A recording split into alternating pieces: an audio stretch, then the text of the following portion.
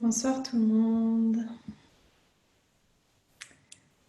Alors, Caroline, est-ce que c'est Caroline pour pouvoir la mettre en panel?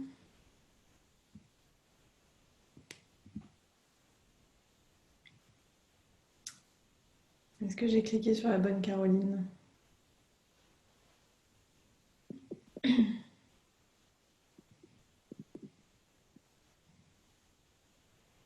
Ah, je crois que c'est Aurore, c'est moi, mais tu as désactivé ma vidéo, je crois. Ah bon? Attends, Ouais. alors attends. Parce que moi, j'ai eu un problème avec mon ordi, je suis sur mon téléphone, mais Je vais te mettre animatrice avec moi. ouais, vous êtes désormais l'animateur. Alors peut-être que là, je peux mettre ma vidéo. Ouais, c'est bon. C'est tout. Super.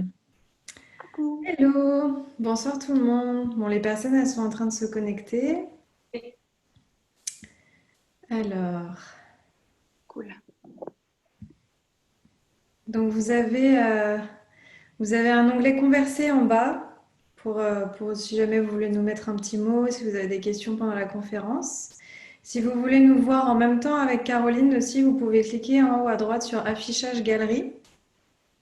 Et là, comme ça, vous nous voyez toutes les deux en même temps. Moi, c'est ce que j'ai fait. Comme ça, je nous vois toutes les deux. Voilà. Moi aussi. Voilà. On va attendre un petit peu le temps que les personnes se connectent.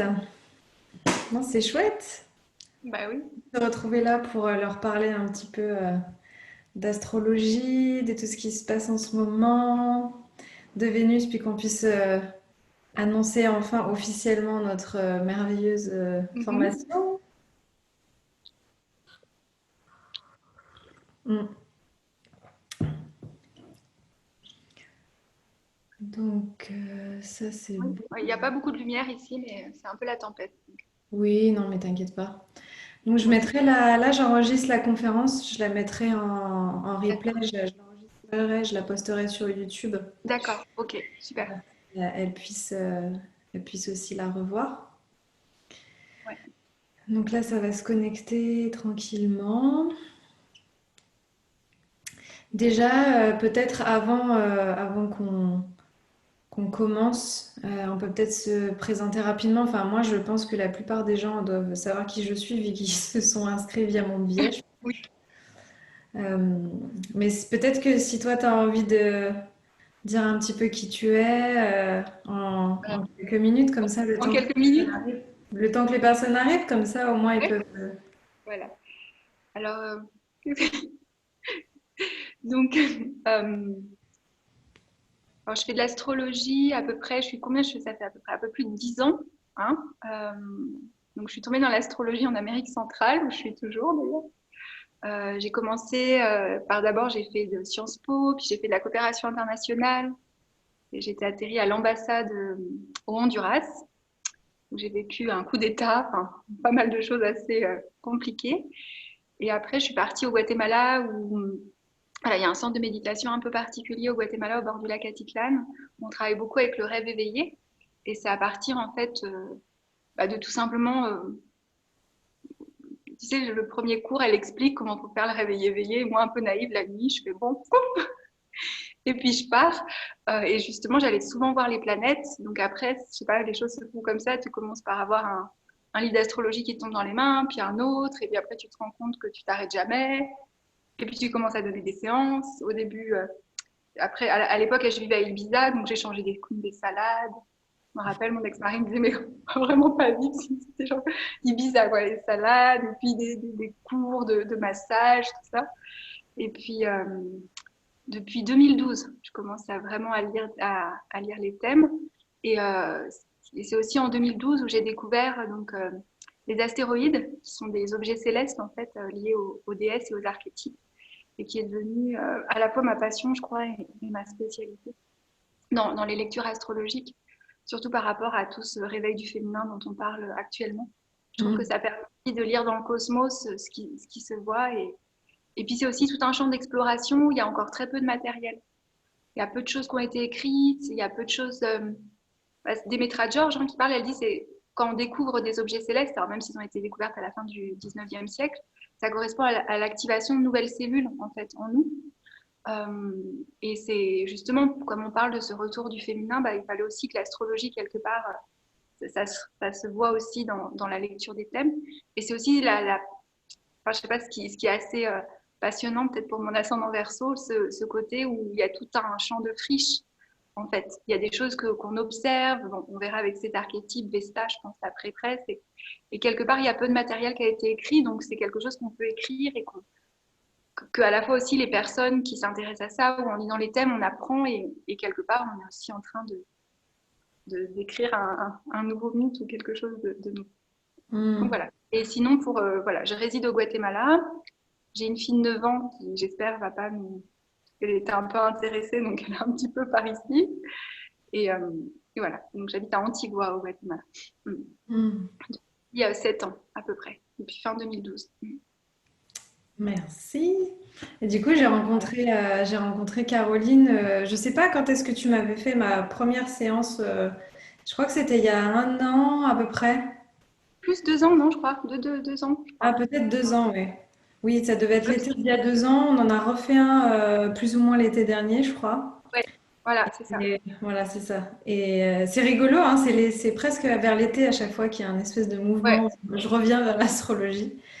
Et, euh, et moi, j'avais beaucoup aimé justement ton approche archétypale que j'utilise beaucoup aussi dans ce que j'apprends et dans ce que j'ai lu sur l'astrologie chamanique, où en fait, c'est ça, ils Mhm. utilisent beaucoup les archétypes Ouais. et la psychologie des signes. Et donc, on a bien accroché toutes les deux. Et puis, à force, c'est là où on s'est dit, bon, il y a peut-être un truc à faire. Et vu que, comme tu l'as dit, Caroline, elle est ascendant Verseau, donc ça fuse dans son esprit. Très aérienne, très, voilà, Mhm. beaucoup de choses qui bougent. Et c'est vrai que moi j'ai le Capricorne qui est un petit peu plus structuré Mhm. et plus carré, on va dire, entre guillemets. Ouais. On s'est dit que ça pouvait être rigolo de s'associer pour faire des choses ensemble. Donc avant qu'on en parle un petit peu plus tard, nous, on voulait surtout faire cette conférence au début pour que tu puisses un petit peu leur parler déjà peut-être de justement cet éveil du féminin dans l'astrologie et pourquoi on y revient beaucoup en ce moment et peut-être du cycle de Vénus aussi qui te passionne Ouais, beaucoup, je qui sais. me passionne beaucoup. Ouais. Si tu Mm. veux déjà Il y leur a, parler de ouais, ça. il y a une, toujours, hein, il y a quelque chose par rapport au réveil du féminin. Alors là, je ne veux pas non plus que mon cerveau perde beaucoup, mais il y a quelque chose, si on prenait, comme on parle beaucoup de l'ère du Verseau, hein, il y a quelque chose, parfois on peut regarder aussi tous les cycles et toutes les ères, et il y a une lecture, pour simplifier, qui montre en fait que depuis 2000 ans, hein, donc on parle beaucoup depuis 2000 ans qu'il y a un peu ce patriarcat qui s'est mis en place. Et en fait, si on, voilà, astrologiquement, astronomiquement, si on regardait les ères, ça correspondrait à ce qu'on appelle la phase obscure de la Lune. Alors peut-être la plupart des personnes sont familières. La phase obscure de la Lune, hein, c'est quelques jours avant la nouvelle Lune. On ne voit pas la Lune dans le noir. Et en fait, si on prenait un cycle à l'échelle de 40 000 ans, c'est 2000 ans qu'on appelle souvent lié au patriarcat. En fait, c'était la phase obscure de la Lune. Donc le féminin était en train de se régénérer de l'intérieur. Et à peu près vers 2012, alors il faut savoir que personne n'est vraiment d'accord, même sur le début de l'ère du Verseau au niveau des dates, il y a ce réveil du féminin. Et donc, ce qu'on utilise en astrologie pour regarder traditionnellement l'énergie féminine, c'est la Lune, hein, qui est le grand principe féminin, et puis Vénus, qui est son expression sexuelle et créative active, on pourrait dire. Et moi, ce qui m'avait un peu marqué au début de mes études, c'est que, parce que j'ai tout de suite aimé la mythologie, alors la Lune, hein, il y a les triples aspects de la Lune, hein, on dit qu'elle est triple, hein, la Lune vierge, la fécondité lors de la pleine Lune, et puis il y a la Lune plus sorcière, après ça dépend quelle lecture vous avez. Et Vénus, dans la mythologie, c'est vraiment l'amante amorale qui vraiment... Oui, enfin, et je trouvais que c'était un petit peu limité d'avoir la mère et l'amante, en fait, comme lecture. Et je ne sais pas comment, je suis peut-être tombée dessus, Je suis tombée sur les écrits de Demetra George, avec qui ensuite j'ai pris, en fait, elle en donne plus à l'époque, mais à l'époque, elle donnait des cours particuliers, donc sur les déesses. Hein. Et elle explique vraiment ça, que ces objets célestes, hein, pour prendre des exemples simples en astrologie, il y a tout là-bas, c'est tout ce qui est en haut est en bas et tout ce qui est en bas est en haut. Hein, c'est le principe hermétique. Par exemple, quand on découvre une planète, bah souvent, qu'est-ce qu'on va faire? On va corréler qu'est-ce qui se passe dans le monde pour comprendre l'énergie de la planète. Hein. Uranus, c'était l'électricité et toutes les révolutions. Donc, on sait généralement quand Uranus est fort, comme actuellement, les choses un petit peu explosent. Et en fait, quand on a commencé c'est la première, le premier astéroïde qui a été découvert, c'est Cérès. Cérès, c'est la grande déesse mère. Hein. Et puis après, il y en a 30 000. Mais tous les suivants, en tout cas les premiers suivants, leur a donné des noms de déesses féminines. Et ce qui est intéressant, c'est que c'est les sœurs, finalement, de Neptune, Uranus, Pluton, qu'on utilise aussi beaucoup dans l'astrologie. Comme s'il y avait quelque chose qui se rebalançait. Et on a commencé beaucoup à les utiliser dans les années 70, qui correspond d'ailleurs au réveil de tout le mouvement féministe. Donc c'est intéressant, hein, toujours sans forcément être spécialisé de ce qu'on pourrait appeler de l'astrologie plutôt mondiale, mais toujours d'observer ou de corréler aussi ce qui se passe. Et je trouve qu'une bonne manière d'apprendre l'astrologie, c'est quand on connaît un petit peu les bases, c'est d'observer ce qui se passe en nous, d'observer ce qui se passe dans le monde et puis créer des corrélations. Donc il y a vraiment ce réveil, en tout cas, de l'énergie féminine, mais dans plusieurs facettes. Hein. Et ça, on en parlera. Et c'était aussi ce qu'on avait voulu transmettre, hein, la prêtresse, l'Amazone, les rêves. Et actuellement, Vénus, donc, je pense que beaucoup ont vu qu'elle était rétrograde depuis le 13 mai dans le signe du Gémeaux. Vénus, il faut savoir qu'en plus, elle fascine toutes les cultures, hein, que ce soit les Mayas ici. Moi, j'ai l'occasion des fois de voir des prêtres mayas qui montrent leur calendrier où on ne comprend rien, on se dit vraiment qu'ils canalisent. Il y a vraiment cette fascination de Vénus et qui est actuellement, hein, alors hier, je ne sais pas si les gens savent, hier, il y avait ce qu'on appelle le Venus Star Point.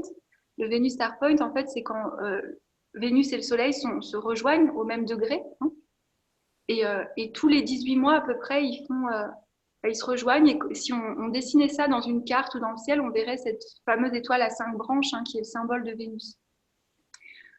Que je trouve c'est assez magique et c'est assez beau. Et d'ailleurs, Vénus, elle est aussi liée un petit peu à cette magie du féminin.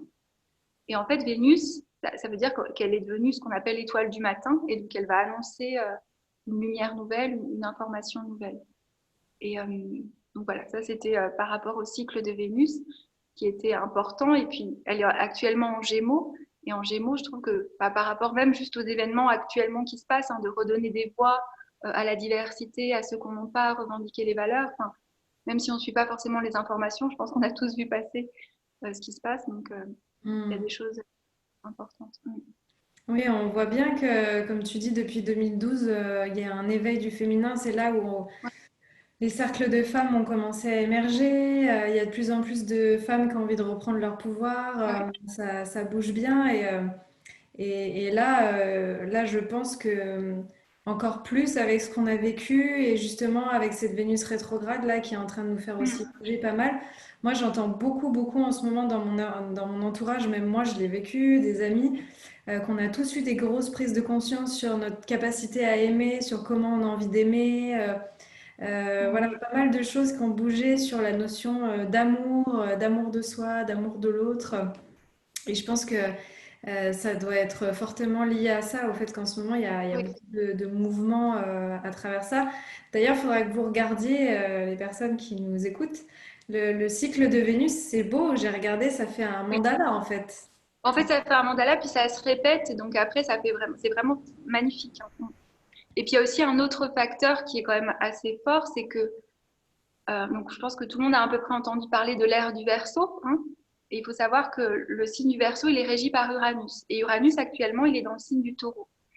Et le signe du Taureau, hein, donc il est régi par Vénus, mais surtout le mythe associé au Taureau, c'est le mythe de la grande déesse. Hein.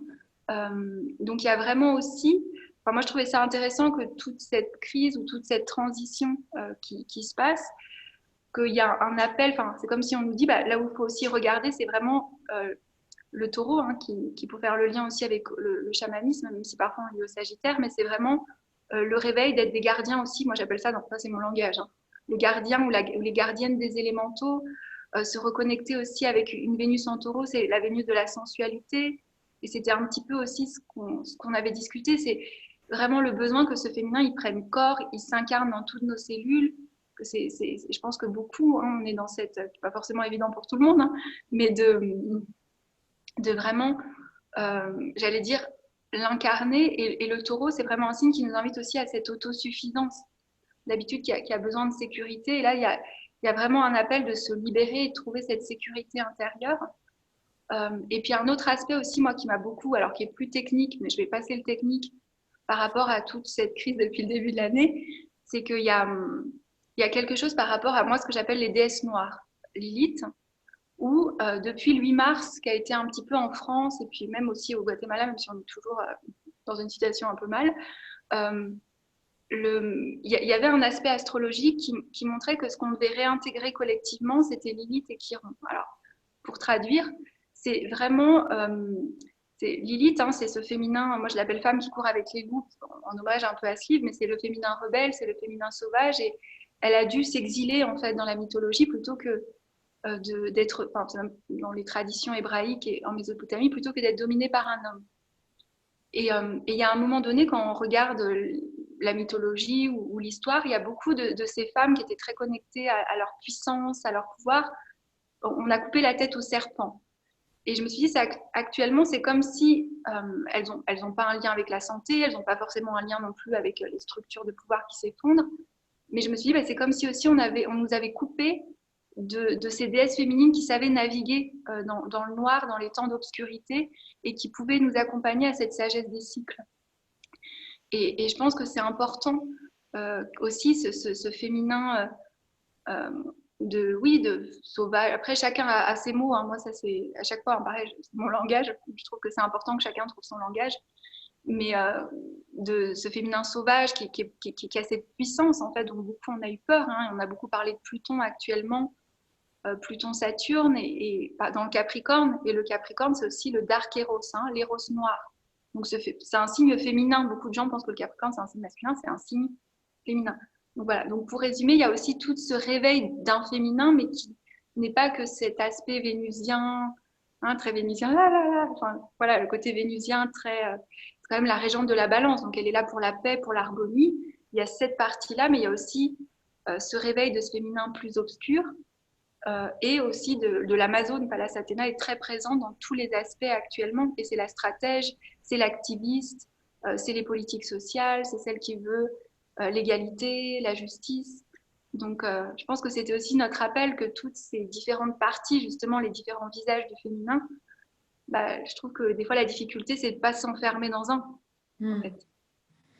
Et c'est aussi pour ça, je pense qu'on a choisi de partir sur cette voie, de vouloir parler de Vénus, de la Lune et des constellations, parce que Mm. en ce moment, on sent qu'il y a un appel. Les personnes, elles ont envie de comprendre comment elles fonctionnent, à quoi elles sont connectées. Il y a une quête de sens. En plus, c'est rigolo parce que là, tu as vu, enfin, oui, tu le sais, on est passé sur des nœuds pareils, Sagittaire, Gémeaux, Mots. et je trouve que ça, enfin, à mon avis, ça va encore plus renforcer ce besoin de compréhension, ce besoin de la Mm. quête de sens, de savoir pourquoi on est là, comment on fonctionne, comment est-ce qu'on peut transcender nos obstacles, etc. Et après, l'astrologie, c'est tellement vaste que je trouve que c'est intéressant de l'aborder par différents aspects, parce que je pense que toi aussi, tu dois avoir la question, tu vois, quand des personnes me demandent, oui, j'ai envie de m'intéresser à l'astrologie, mais je sais pas par quoi commencer, où aller. Et je trouve que c'est difficile, en fait, Pour moi, Ouais. c'est pas possible, en fait, d'aborder l'astrologie comme un gros paquet et de tout vouloir voir d'un coup, parce qu'en fait, il y a tellement de subtilités, de Mm. portes par lesquelles tu peux rentrer. Ouais. Que voilà, moi tu vois, j'avais commencé par la Lune, en fait, j'étais rentrée un peu plus par Mm. la porte lunaire. C'est pour ça que j'avais écrit les deux bouquins. Ouais. Donc j'ai beaucoup abordé les signes à travers le Mm. signe lunaire, du coup, qui, moi, comment je l'explique, c'est notre inconscient, c'est notre ouais, c'est un petit peu comment on fonctionne dans les profondeurs, et puis il y a aussi un lien avec le bagage karmique, nos lignées, etc. Dans le chamanisme, la lune, elle est vraiment Mm. très très ancrée avec nos lignées. Donc ça, c'est un pan que j'ai abordé. D'ailleurs, si les personnes elles veulent savoir, je pense qu'il y en a qui connaissent un peu leur signe lunaire et qui sont sûrement allés regarder. Et là, je trouve que c'est intéressant que tu puisses rentrer après par la porte de Vénus et des archétypes et des constellations pour aller un peu plus en profondeur, quoi. Oui, et puis c'est moins technique. Enfin, c'était aussi ça pour. Moi, je trouve que la séance, pareil, j'ai eu plusieurs séances, mais la séance sur les archétypes féminins est peut-être la moins technique parce que, voilà, des fois, on se perd en plus avec les aspects, parce que c'est vraiment un langage, en fait, l'astrologie, c'est une grammaire. Donc, en fait, il faut vraiment entrer en astrologie comme si tu apprenais une nouvelle langue et les planètes, c'est les noms, les maisons, c'est les verbes. Puis après, chacun devient, moi, j'aime bien dire, chacun, en fait, il y a pas enfin, le symbole, il est polysémique et c'est vraiment du symbole. Il y a quand même un sens, mais après, je trouve que c'est important de le sentir et que ça résonne. Et je trouve que le féminin bah, permet ça, enfin, quelque part, les archétypes, parce qu'on sent, on les comprend. Et je trouve qu'il y a rien de mieux pour comprendre l'astrologie qu'en fait de le vivre ou de le sentir. Voilà, je pense qu'actuellement, les gens vouent Pluton-Saturne depuis le 12 janvier 2020, avec tout ce que ça a provoqué. Je pense que, bah, ah ouais, d'accord, peut-être il y a quelque chose où on peut corréler à ce qui se passe et donc c'est plus facile. Ou quelque chose qui est assez évident, c'est la rétrogradation de Mercure, quand il y a eu la panne de WhatsApp, quand les communications. Donc, bon, voilà, Vénus, comme tu le dis, Vénus et puis tout le Gémeaux. L'axe Gémeaux-Sagittaire, c'est aussi vraiment comment on vient de beaucoup de vérités et dogmes. Et le Gémeaux, c'est vraiment j'ai besoin de cette information à l'extérieur, mais j'ai besoin de l'expérimenter avec quelque chose quand même de plus léger.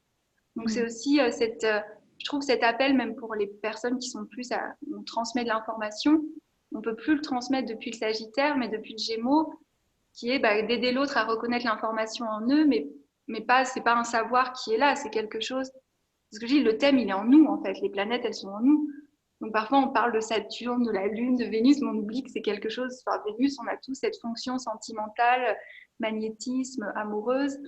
Voilà, après, comme on disait, selon les signes, bah, l'énergie est différente. Selon les planètes, après, on pourrait dire, il y a la constellation vénusienne de notre thème qui nous est propre.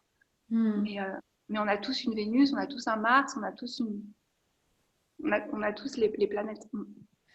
Et d'ailleurs, bah, ça permet peut-être de faire une transition. On s'était dit que ça pouvait être intéressant de parler aux personnes qui nous écoutent, principalement aux femmes, je pense, en abordant cet aspect de Vénus.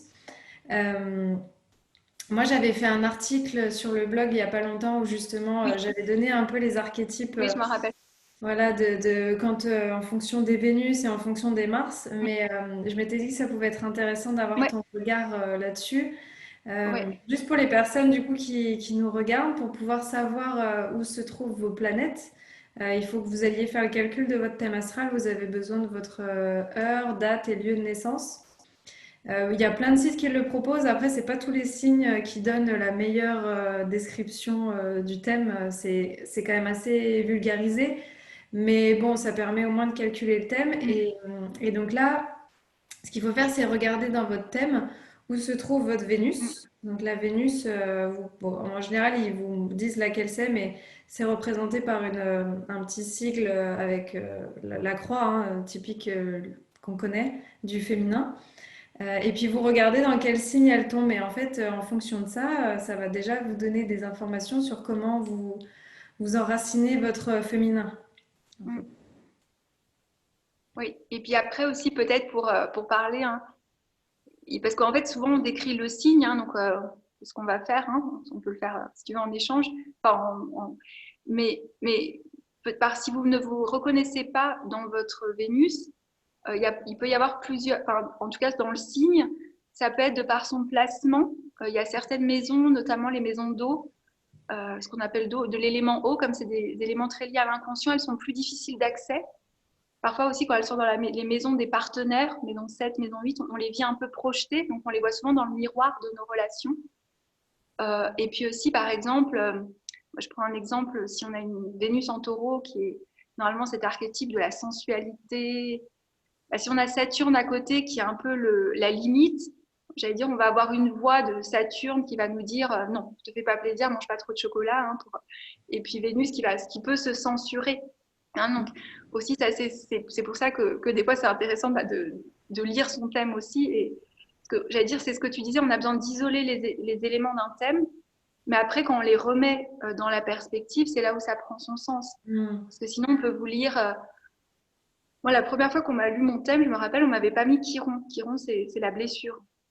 J'ai énormément de planètes en taureau, donc on m'avait lu le taureau comme quelqu'un qui était très ancré, qui adorait manger et tout. C'était l'opposé dans ma vie. Parce qu'il manquait justement Chiron qui venait teinter toutes mes planètes en taureau Ah oui. de ça.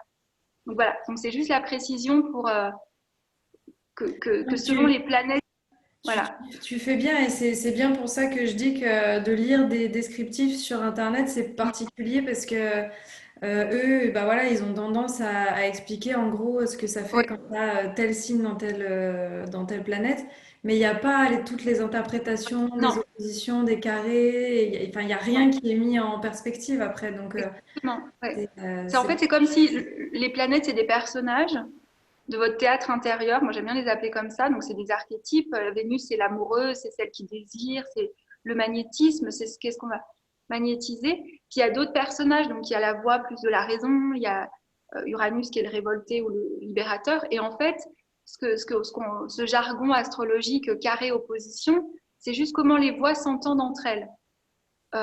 Et en fait, c'est vrai que les choses qu'on voit sur Internet, on ne parle pas comment vos personnages intérieurs ils s'entendent.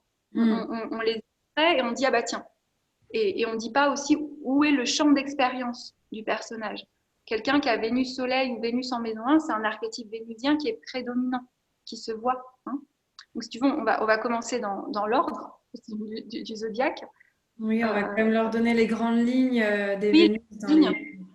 Voilà. Donc il faut savoir que la fonction vénusienne dans un thème, Euh, moi, j'aime bien l'appeler la muse. Enfin, c'est vraiment la muse, c'est l'amoureuse. Mais c'est pas seulement que la partie, c'est aussi l'affectif, c'est la joie de vivre. C'est vraiment ce qu'on veut magnétiser. C'est notre champ magnétique, Vénus. C'est aussi qu'est-ce que je désire attirer. Et c'est aussi la fonction sentiment par rapport à la Lune qui est plus la fonction aussi émotion et besoin. Hein. Donc, il y a vraiment cette différence. Et après, avant, on disait beaucoup, ah bah oui, la Vénus chez un homme, c'est la femme, et le Mars chez une femme, c'est l'homme. C'est plus vrai maintenant parce que de plus en plus, on intègre en fait ces deux énergies, je trouve. Euh, donc Vénus, c'est aussi, c'est vrai que c'est l'aspect amoureuse, mais je sais pas pour, par exemple, Vénus actuellement qui est en Gémeaux, bah, je pense qu'on sent la rétrogradation de Gémeaux, mais je ne sais pas vous, mais le Gémeaux, c'est aussi c'est les relations, c'est les amitiés. Vénus, c'est aussi nos amitiés, donc ça peut être aussi qu'il y ait des situations interpersonnelles qui se présentent, qui sont pas que l'amour. Mm, mm. Donc, voilà. Donc Toi, Vénus en t'as Bélier, Vénus en taureau? pardon? Toi, t'as Vénus en taureau? Non, en cancer. Mais j'aimais pas ma Vénus en cancer, moi. Mais après, j'ai découvert un truc. Alors ça, c'est... Moi, je suis un peu geek, des fois, verso. J'ai découvert qu'est-ce qu'on appelle ce qu'elle est out of band. Alors, out of band, c'est une vieille technique hellénistique qui veut dire que ma Vénus ne respecte pas l'orbite normale. Donc, elle est un peu plus verso que... Parce que je me disais, Vénus en cancer, c'est la famille. J'aime beaucoup ma fille. Hein. Mais enfin, quand je me dis, je m'y reconnaissais pas. Donc, des fois, quand on se reconnaît pas, c'est aussi intéressant. Moi, vraiment, je me reconnaissais pas, à part vraiment pour la très grande sensibilité. Mais il y a des fois, voilà, il y a des subtilités comme c'est. Après, on va raffiner, hein, mais des fois, c'est intéressant. Quand on ne Mm. comprend pas, il y a peut-être autre chose à voir. Voilà. Donc, il faut savoir que Vénus, elle va régir deux signes. Elle régit le taureau et la balance. Hein. Donc, parfois, on dit qu'il y a la Vénus terrestre et la Vénus céleste. Hein. Mm. Parce que Vénus, hein, dans la mythologie, Vénus, elle est née du sperme d'Uranus quand Saturne l'a castré. Donc, c'est pour ça que cette Vénus Aphrodite, là, dans le coquillage, voilà, c'est ce fameux tableau de Mm. Botticelli. Voilà. Et donc, Vénus en bélier, donc justement parce que Vénus régit la balance, pour les anciens, Vénus en bélier avait mauvaise presse. C'est-à-dire qu'elle n'était pas. Moi, j'aime pas trop ce côté mauvaise presse. Pareil, on dit que Vénus en scorpion aussi, elle a mauvaise presse. Donc, on va éviter bon, mauvais placement, je pense. Hein. Vénus en bélier, bah, pour moi, dans mon langage, comme tu disais, des archétypes, elle a une dimension beaucoup plus amazone.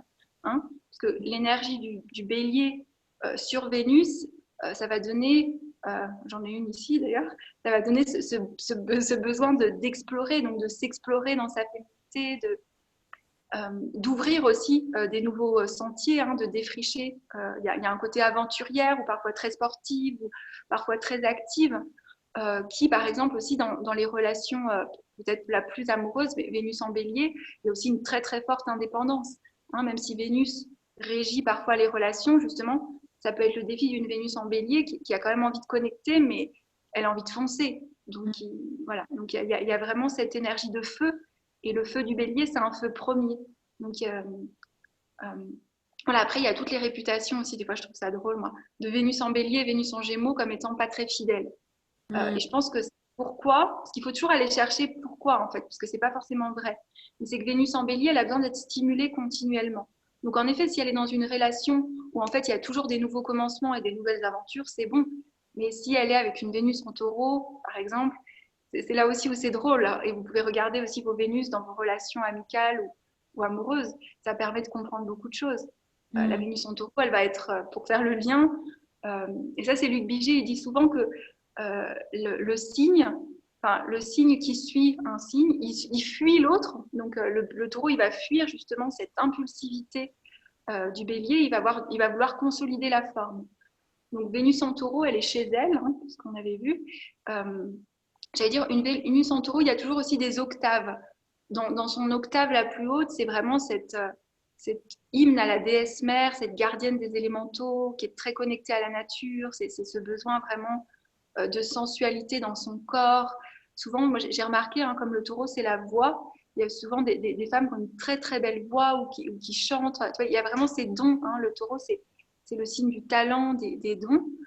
Dans l'ombre, une Vénus en taureau, alors je n'ai pas dit l'ombre forcément de Vénus en bélier, peut-être un peu, ça peut être d'être trop attachée ou trop dépendante de sa beauté extérieure. Et ça, c'est quelque chose aussi qu'on verra toujours, le signe qui est en face. Taureau, c'est Scorpion. Le Scorpion apprend le détachement et à mourir et le cycle. Et une Vénus en Taureau dans son ombre, elle peut avoir besoin de cette sécurité, d'être touchée, d'avoir des cadeaux, d'avoir des câlins.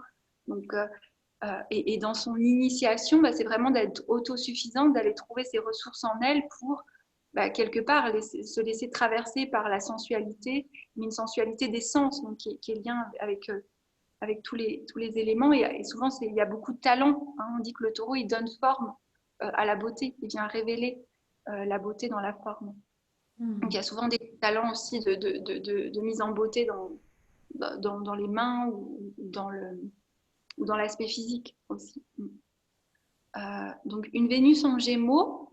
Alors, parfois, aussi, après, on peut regarder. Là, on a vu un signe de feu, un signe de terre et un signe d'air.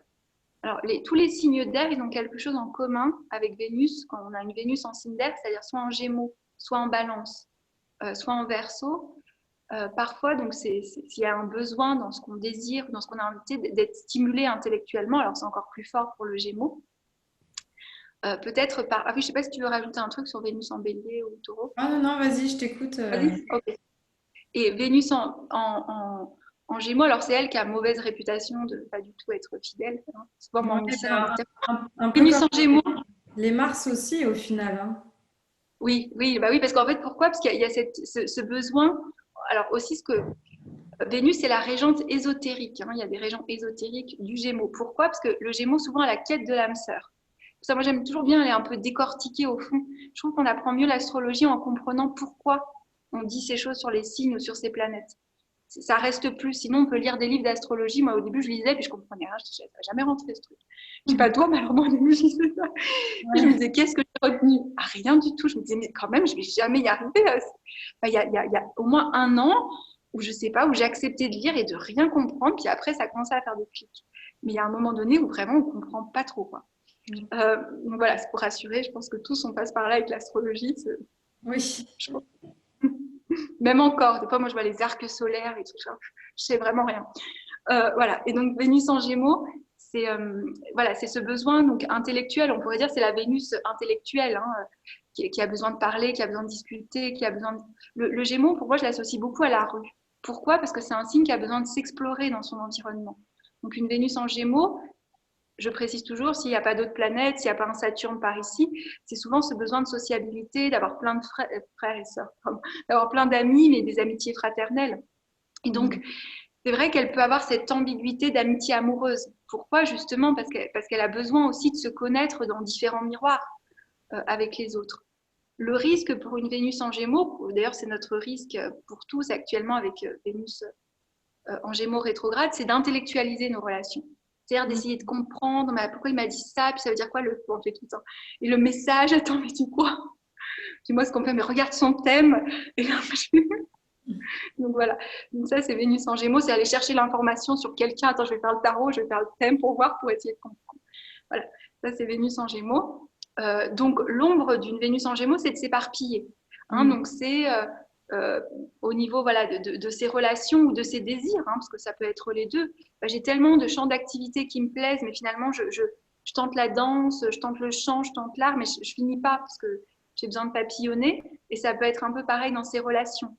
Je chatte avec lui, je vois celui-là, j'envoie des... Enfin, voilà. Donc ça peut être un petit peu de s'éparpiller aussi dans ses relations, mais quelque part, elle a aussi besoin de cette diversité. Je pense que c'est comme ce qu'on voit dans les archétypes, il y a un côté ombre et lumière, mais le tout, c'est pas aller dans un extrême.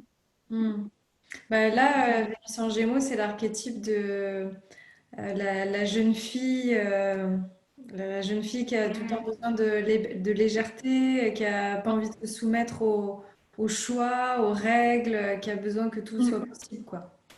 Oui, il y a un besoin, il y a vraiment, je trouve que d'ailleurs, c'est la beauté que nous invite le Gémeaux actuellement, c'est de connaître les choses et de se connaître, mais avec plus de légèreté, avec cette dimension un peu exploratrice.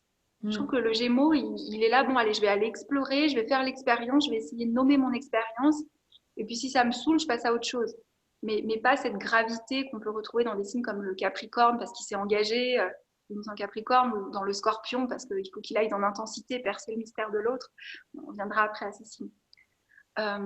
Vénus en Cancer, ma copine. donc, donc Vénus, le Cancer, c'est un signe, ça c'est vrai, très très sensible. Donc il y a une extrême sensibilité.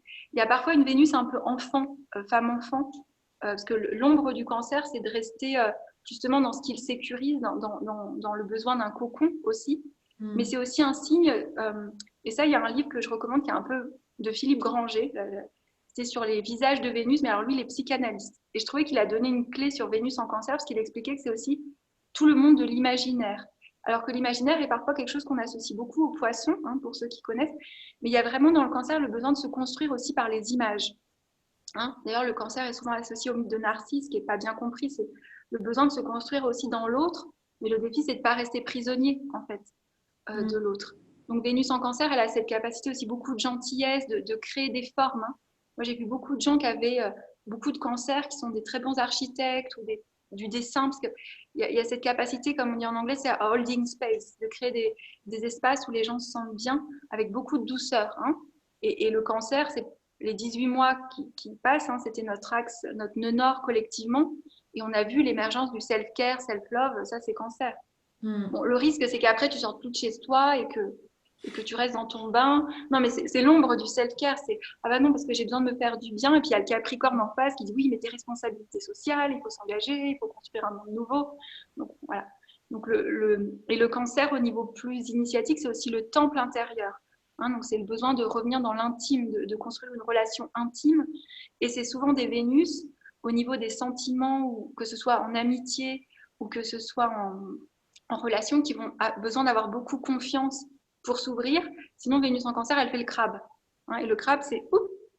Et là où je disais qu'elle avait ce côté un peu enfant, qu'on retrouve aussi dans les lunes en Cancer, c'est comme il y a beaucoup d'intuition et de sensibilité, on va souvent attendre que l'autre devine intuitivement ce qu'on ressent ou notre sentiment, parce qu'elles sont habituées à avoir ce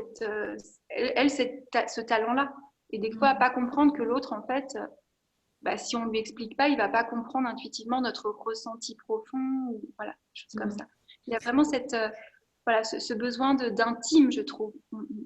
Vénus en Cancer, il y a aussi, parce que du coup, c'est l'archétype de la mère, moi, que j'avais mis. Je Ouais. trouve qu'il y a aussi beaucoup un besoin de protéger.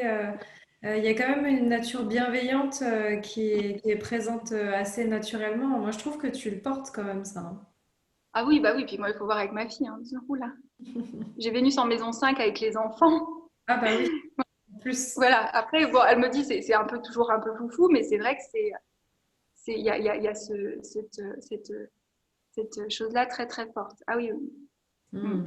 oui, oui, oui, non, si, il y a ce côté très, voilà, le nid, le foyer, l'importance aussi du lieu de vie. Hein. Moi, mes maisons, ça a toujours été très important. Mhm. Le cancer, c'est aussi ce lieu et on le verra. Non, elle n'est pas forcément associée à Vesta après, hein, elle est plus associée à Cérès. On verra aussi ça. Après, Vénus en Lion. Oui. Alors, Vénus en Lion, moi, j'aime bien, mais parce que je sais pas. Mais il y a Vénus en Lion, c'est. Moi, il y a ce besoin c'est pas un peu the queen, quoi. On pourrait dire, c'est un peu moi, je trouve que c'est un peu la reine, quoi. Mhm. C'est, je crois que c'est Madonna qui a une Vénus en Lion. Non, elle est Lion. Je sais plus si elle a une Vénus en Lion. Mais il y a Ouais. ce côté, il y a le besoin. Alors, le Lion est un signe parfois. Le Lion, c'est vraiment le besoin d'irradier le soleil. Donc, une Vénus en Lion, elle a quand même ce côté créatif, ce besoin de s'exprimer. Hein.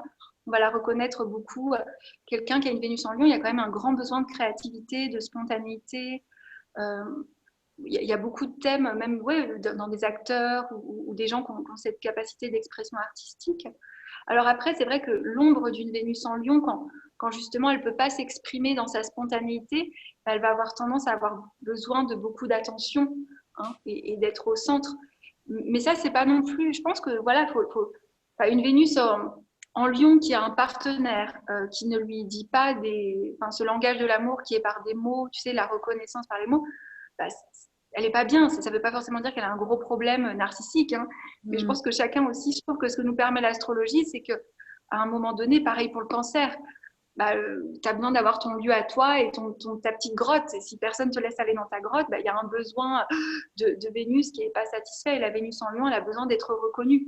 Donc si elle est entourée de gens qui ne reconnaissent pas sa valeur, sa beauté, son art, bah, ça peut être compliqué. Par contre, elle a vraiment cette spontanéité. C'est aussi la femme-enfant. Hein, c'est The Queen, un peu femme-enfant. Mais je trouve qu'il y a aussi vraiment, après, souvent, parfois, des Vénus en cancer, en Lion, pardon, avec un rapport aux enfants aussi Mhm. particulier. Mais je trouve qu'il y a ouais, le lion, c'est vraiment cette noblesse du cœur aussi. Donc, il y a vraiment aussi cette chaleur, hein, d'être rayonnante et d'amener aussi beaucoup de vie. Hein, c'est vraiment des Vénus solaires, finalement. Hein, Mhm. très solaires. Donc, ils peuvent aussi magnétiser vraiment. Si elles sont dans leur lumière, je pense qu'elles peuvent vraiment magnétiser ce qu'elles désirent. Quand elles sont dans l'ombre, elles essayent de trahir leur Vénus, j'allais dire. Et Vénus, hein, c'est un peu l'ombre du féminin, un peu manipulé, un peu attendre, tu vois, pas vraiment dire, pas faire pour quelque chose. Et là, en fait, juste pour avoir quelque part une pour. Mais sinon, si elles sont dans leur ventre, elles vont tout simplement avoir plein de gens qui vont être magnétisés, mais il faut toucher cette authenticité, qui est le défi du lion. Mhm. Ouais, Ouais. c'est un joli signe. Bah, moi, j'ai ma lune en Lion, alors forcément. Oui, non, moi, le lion, enfin, comme ascendant Verseau, le lion, c'est en face de moi, mais j'ai appris à aimer le lion, à Mhm. apprivoiser le lion. Alors, Après, Vénus en on a la Balance. Vierge, Ah Vierge. oui, la Vierge. Alors, Vénus en Vierge, pareil, des fois, je lis des trucs pas très sympas dans ce qu'il dit sur Vénus en Vierge. Il faut savoir que le signe de la Vierge, c'est un signe qui a besoin d'ordre. Donc c'est vrai mais pourquoi? Parce que la Vierge, elle pense que dans le petit, dans ordonner sa réalité, son quotidien, son corps. Ça, j'ai vu hein, parfois des gens qui ont Vénus en Vierge, tu vas voir enfin, les chaussettes vont avec, tu sais, tout. Mais en fait, il y a quelque chose de noble. C'est parce que comme si cet ordre dans le petit va refléter l'ordre cosmique. Mhm. Euh, donc j'allais dire, parfois on lit un peu à Vénus en Vierge, elle se laisse pas aller, elle est un petit peu, voilà, euh, comme s'il y avait un peu une sorte de contrôle en fait, qui peut être l'ombre. Hein. On peut imaginer une Vénus en Vierge, voilà, avec un yoga très, tu sais, tous les matins, cette discipline, ces rituels, le jus vert, la détox. Hein. Souvent il y a une quête de pureté dans une Vénus en Vierge. Hein. Et il faut savoir que Vierge au sens antique, ça voulait dire n'appartenir qu'à elle-même. Donc, il y a vraiment cette quête de la pureté, du détail qui soit à sa place. Pareil, hein, si vous avez d'autres planètes qui aspectent, vous pouvez complètement polariser la Vierge dans le poisson et ça peut être le flou artistique et le chaos. Hein, ça faut faire attention dans les thèmes. Mais en effet, je pense que Vénus en Vierge, son défi, c'est vraiment de se laisser aller peut-être. Quoique j'aime pas forcément ce mot, je trouve que des fois les gens on leur dit bah, laissez-vous aller, ça ne dit rien en fait. Hein. Mhm. Faut aller, je lâche. mais, mais, mais, mais accepter justement, elle va avoir besoin de rituels en lien avec sa féminité. Elle va vraiment avoir besoin d'honorer ses rituels, mais de ne pas s'accrocher à ces rituels comme étant, tu vois, comme étant quelque... Enfin, c'est ça. Je pense que comment elle va... Pour moi, elle va réussir justement à accepter justement ce chaos du poisson qui est en face et ce flot et ces sentiments peut-être parfois débordants et se laisser aller entre guillemets. C'est en ayant vraiment des rituels pour voilà, et peut-être qu'elle a besoin d'ordre, d'avoir une maison qui soit ordonnée, que ses habits, que sa penderie, toutes ces choses-là, mais vraiment en voyant qu'il y a un but noble qui est de ouais, qu'elle touche cet ordre du cosmos en acceptant seulement que la perfection n'est peut-être pas de ce monde. Et l'autre ombre parfois de la Vierge, c'est que c'est quand même un signe régi par Mercure qui peut être très très critique. Donc Vénus en Vierge peut être très très critique sur un défaut physique. J'aime pas mon nez et j'ai pas du tout. Je dis ça, mais moi, Et il y a une quête de perfection quand même chez la une Vierge. quête de perfection et de pureté. Mm. Je crois que c'est Luc Biget qui dit ça. Il dit la Vierge, elle veut tellement être pure que sa forme dans la matière, c'est un cimetière, soit tellement pure que l'Esprit Saint descende. Tu vois, c'est vraiment cette quête, voilà, que puisse être tellement parfaite parce qu'on est touché par l'Esprit. Donc, je trouve que c'est important d'expliquer ça aussi aux personnes parce que c'est mieux que dire ah, bah, vous êtes perfection. Non, il y a vraiment cette volonté d'élévation et de pureté. C'est aussi pour ça qu'il y a la détox. C'est un signe qui peut somatiser beaucoup. Hein, une Vénus en Vierge, si ça va pas bien dans ses relations, elle va avoir des maux physiques, de l'eczéma, des indigestions, non pas des indigestions, beaucoup d'intolérances alimentaires dans Mm. les Vénus en Vierge. Hein, il y a beaucoup de symptômes physiques, mais qui quelque part, la Vierge, c'est l'alignement corps, âme, esprit, donc ils vont se résoudre à un autre niveau. Oui, puis la Vierge, on l'associe beaucoup à la santé et au bien-être, donc c'est pas Ouais, étonnant qu'elle fasse beaucoup de psychosomatisation, quoi. ouais, exactement. Oui, quand le nœud nord était en Vierge, c'est là où on a eu l'explosion de toutes ces choses de bien-être. Je sais plus si c'était en 2015 ou 2016. Peut-être avant 2014, il y a eu toute l'explosion de. Donc c'est intéressant aussi de voir ça parfois. Mm. Vénus en balance. Alors Vénus en balance, bah, là, par rapport au taureau qui a cette beauté, par exemple, le taureau, ça va être, Vénus en taureau, elle va aimer les matières rustiques, le bois, le coton. On dit que Vénus en balance, elle aime le luxe. C'est-à-dire qu'elle aime, elle a un besoin d'harmonie. Hein. Donc ce besoin d'harmonie va devoir se refléter dans ses relations, dans la paix. C'est pour ça que le défi d'une Vénus en balance, c'est aller dans son Mars et trancher et dire, c'est déplaire. Hein. J'allais dire, la beauté d'une Vénus en balance, c'est de pouvoir lier les gens ensemble et d'être une médiatrice et d'être une esthète. Hein. Il y a aussi souvent, on associe aussi beaucoup la balance aux signes qui sont liés aux arts, à la culture, à la justice. Donc, elle va vraiment avoir ouais, cette quête de la noblesse et de créer dans son relationnel de la paix, de l'harmonie, des projets artistiques et beaux. Mais après, il faut aussi honorer quelqu'un qui a une Vénus en balance. On lui fait un site internet qui est moche, enfin en tout cas qui n'est pas beau, mais je pense que tu vois, je trouve que c'est aussi beau d'honorer ses Vénus pour ça, parce que sinon, elle a besoin de beauté dans ce qu'elle fait. Euh, bah, l'ombre d'une Vénus en balance, la difficulté peut-être, c'est de prendre le risque de déplaire pour se plaire, moi je dis toujours. C'est-à-dire Mm. que souvent, bah, à vouloir maintenir l'harmonie dans tel lien, puis dans tel lien, puis dans tel lien, il peut perdre de vue son propre désir et être plus dans le désir de l'autre que dans son désir. Hein, donc il y a toujours c'est aussi valable pour les ascendants en balance ou les lunes en balance, hein, même pour les soleils en balance, mais vraiment de revenir toujours dans son, voilà, d'intégrer, j'allais dire, le bélier en face, l'Amazone qui, elle, va foncer et y aller. Mm, Mais c'est mm, vraiment il y a du raffinement, il y a vraiment une sorte il y a un goût esthétique, il y a une, parfois on l'associe au mythe d'Orphée, hein, et Orphée, il enchante, il séduit tout le monde, il y a quelque chose de très séductrice aussi dans une Vénus en balance. mm. Qui va savoir enchanter, qui va savoir amadouer un petit peu l'autre. Le tout, c'est qu'elle ne se prenne pas j'allais dire, au jeu de sa propre séduction et donc perdre de vue en fait ce qu'elle voulait au départ, elle, comme intention. Mm, mm. Mais Oui, par contre, c'est une la balance, on travaille beaucoup le retour vers soi, quoi, parce oui, que moi, j'ai Mercure et Mars en balance, et c'est vrai que j'ai toujours eu tendance à beaucoup chercher l'approbation, ouais, chercher le lien à l'extérieur, et j'ai fait ce chemin là pendant le confinement de retour vers moi, et c'est vrai que c'est un travail intéressant, mais je pense qu'une fois qu'on arrive à équilibrer ça, ça peut être bien aussi. ah oui, bah moi je suis de la génération Pluton-Saturne, donc conjoint en balance, hein, 83. Et bah, c'est aussi bah, donner beaucoup son pouvoir à l'autre. moi c'est dans la mission des relations. Saturne, l'autorité, et Pluton, le pouvoir, en balance, on donne toujours à l'autre. Et puis en plus, la balance, elle a aussi cette capacité qu'elle sait faire que l'autre, il va justement, s'il a envie d'avoir le pouvoir, comme elle veut l'harmonie, vas-y, prends-le, tiens, je te laisse, tu veux, je t'élève même. Donc il y a vraiment ce défi de.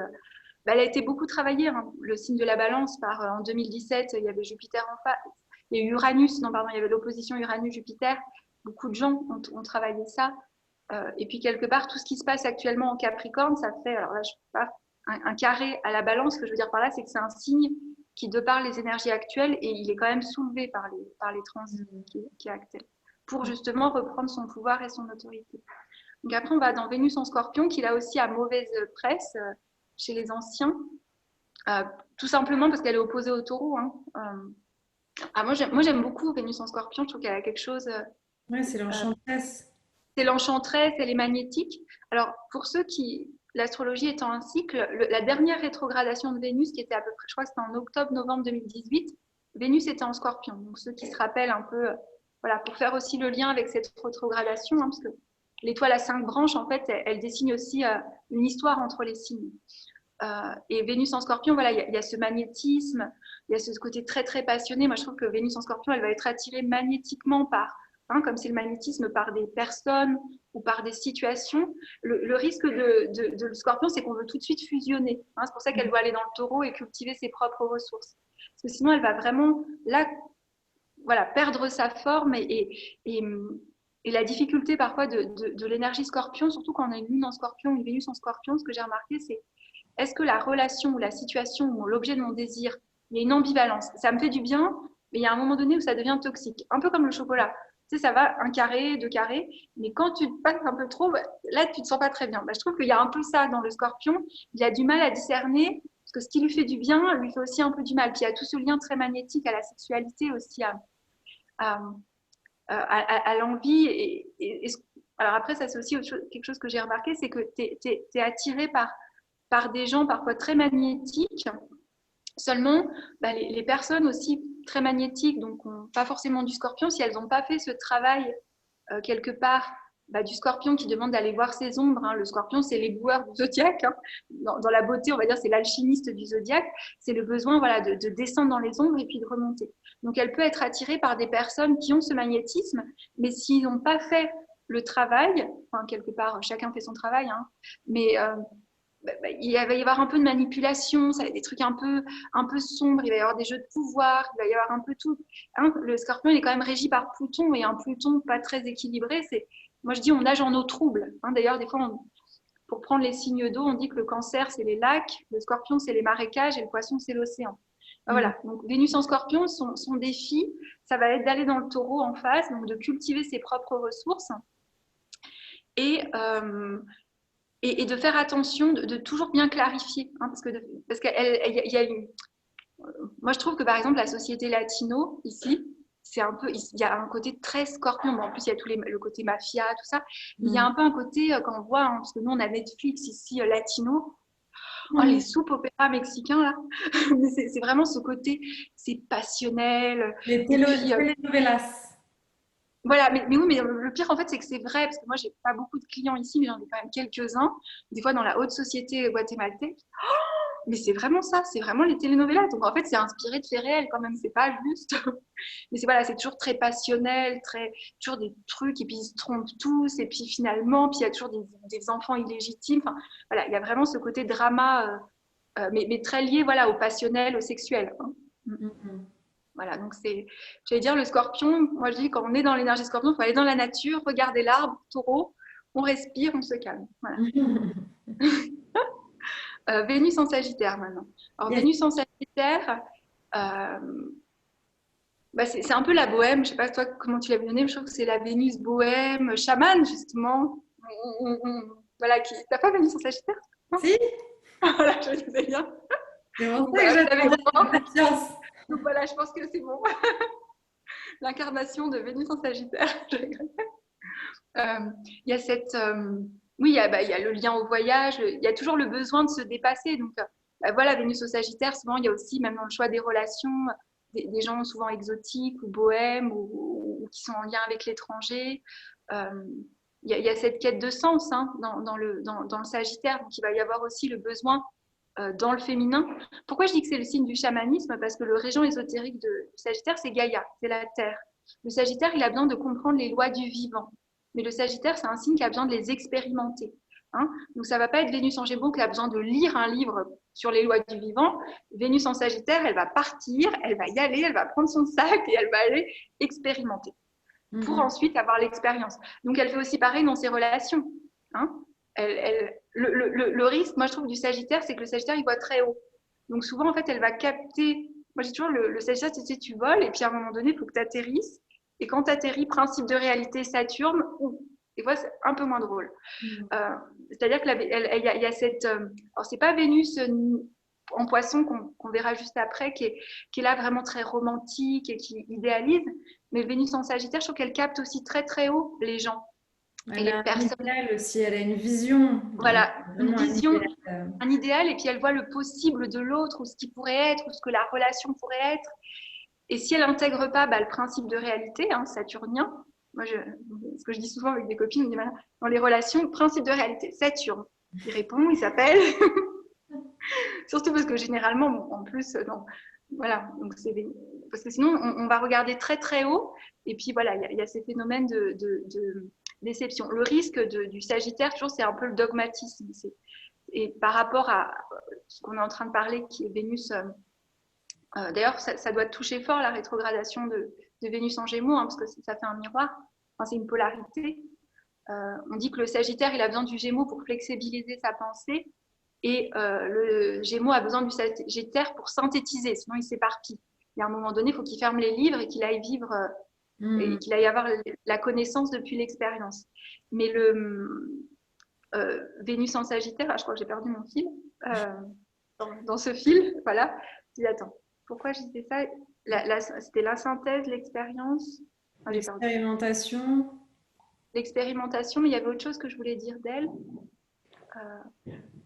Tu parlais du Gémeaux qui était en face, mais Oui, j'ai parlé du Gémeaux qui était en face, qui avait besoin. Non, j'ai perdu. Non, voilà, je crois que j'étais en train de dire que par rapport au Sagittaire et aux vérités, voilà, c'est bon, j'ai retrouvé. Vénus en Sagittaire, justement, son défi, ça va être de faire attention, comme on parlait des dogmes, dans les relations amoureuses ou sur l'amour, ou comment elle se vit dans l'amour. Peut-être qu'elle peut facilement s'enfermer dans un concept qu'elle a d'elle-même ou dans un concept qu'elle a des relations. Et comme tu le disais, souvent, c'est un concept très, très haut. Et en fait, le Sagittaire, il tend vers quelque chose, il tend vers la flèche. Mais en fait, ça reste une aspiration. Et c'est pour ça qu'elle doit intégrer, voilà, parfois que c'est peut-être pas à la hauteur de ses idéaux, mais ça ne veut pas dire qu'elle doit renoncer à tendre vers son idéal. C'est pas qu'elle est obligée de se résigner non plus, mais en se rappelant que elle tend vers ça. Je valide. Voilà. Donc après, Vénus en Capricorne. C'est ça? Ouais.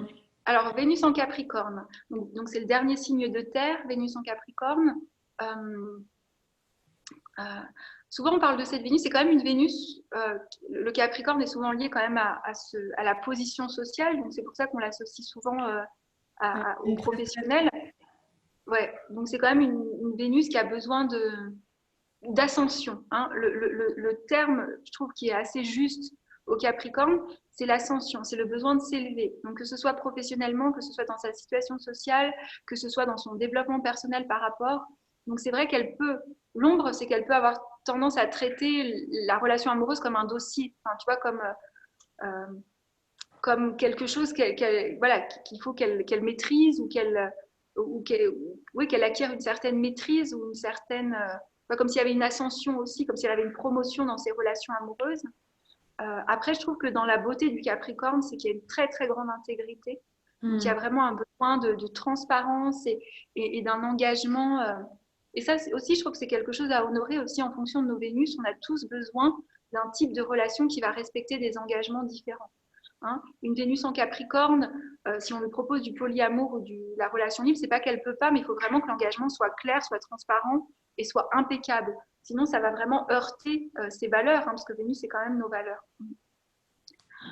Et après, elle peut avoir, voilà, elle peut être très orientée, ça va dépendre bien sûr où elle est située dans le thème, beaucoup vouloir réussir professionnellement. Donc, mettre cette énergie créative et sexuelle de Vénus, vraiment un peu comme les gens qui ont aussi une forte Pallas Athéna.